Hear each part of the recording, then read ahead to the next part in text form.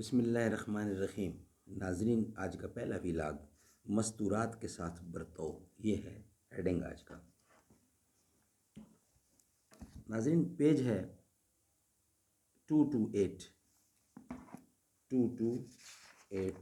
یہ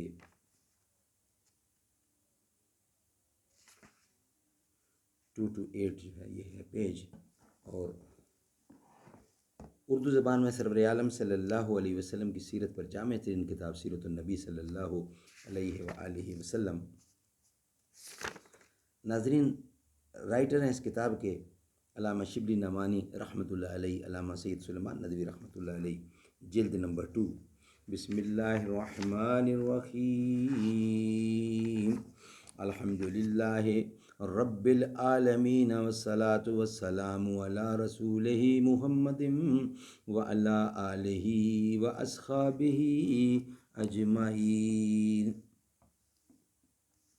بہار گلستان محمد محمد، گل باغ عرفاں محمد محمد، جس طرف چشم محمد کے اشارے ہو گئے، جتنے ذرے سامنے آئے ستارے ہو گئے۔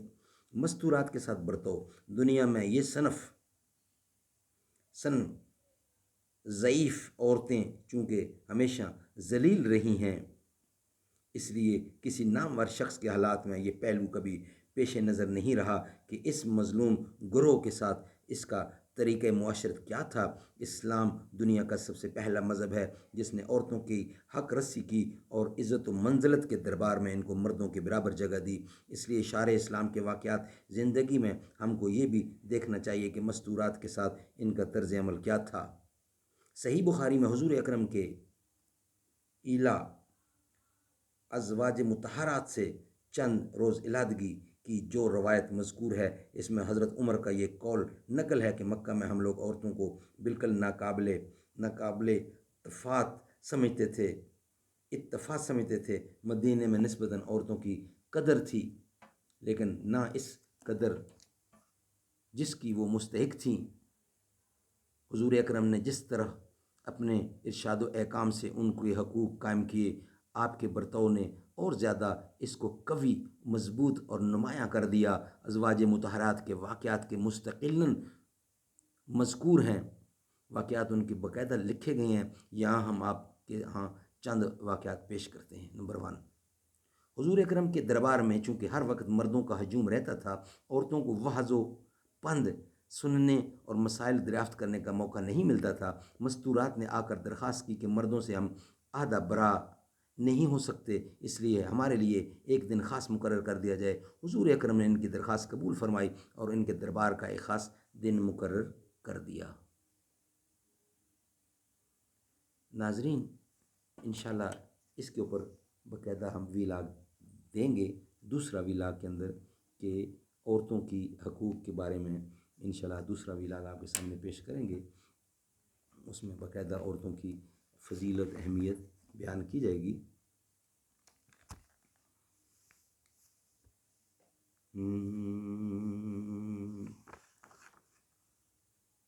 حضرت فاطمہ الزہرا، اللہ تعالیٰ ان کی قبر کو منور کرے، وہ تو بیٹی تھیں، اور حضرت عائشہ صدیقہ حضور کی ازواج تھیں۔ تو آخری وقت کا حضور کا بستر پر ہیں، تو طلب کیا حضرت عائشہ سے کہ مسواک لے کر آؤ، تو حضرت عائشہ گئیں، مسواک ڈھونڈا، ٹریس کیا، صاف صوف کیا، اور پھر دیکھا یہ تو بڑا سخت ہے اور اس حالت میں یہ چبا نہیں سکیں گے، تو انہوں نے اپنے دانتوں کے نیچے چبا کے نرم کیا۔ نرم کرنے کے بعد پھر سوچا کہ میرے منہ کا گند یا میرے منہ کا لباب اس کے ساتھ لگ گیا ہوگا، تو بہتر ہے کہ میں اس کو دھو کے دوں۔ تو انہوں نے دھو کے یہ حضور اکرم کی خدمت کو پیش کیا، دھو کے۔ تو حضور اکرم نے جب دیکھا تو حضور صلی اللہ علیہ وسلم نے یہ بات محسوس کی کہ آپ نے یہ کیوں دھویا؟ میں تو چاہتا تھا کہ آپ کے منہ کا لباب اس کے ساتھ لگا رہے، کیوں آپ نے دھویا؟ یہ تو بے ذائقہ کر دیا۔ اسی چیز کو شاعر نے اپنے الفاظ میں کیسے بیان کیا ہے؟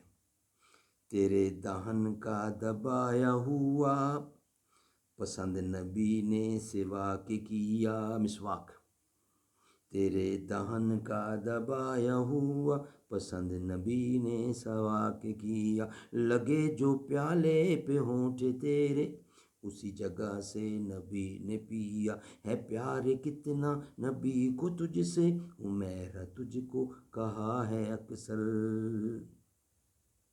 صدیق اکبر کی ہے تو بیٹی، رسول اکبر ہیں تیرے شوہر، اے امی عائشہ تیرے مقدر قطع قیامت نہ کوئی ہمسر، نبی کے گھر کی ہو تم بھی زینت، نبی بھی ہیں تیرے گھر کی زینت، وہ پاک دامن تو پاک دامن، وہ تیری عظمت تو ان کی عظمت، وہ لاکھوں تجھ پہ سلام عائشہ، وہیں کا مرکز تھا تیرا بستر، صدیق اکبر کی ہے تو بیٹی، رسول اکبر ہیں تیرے شوہر۔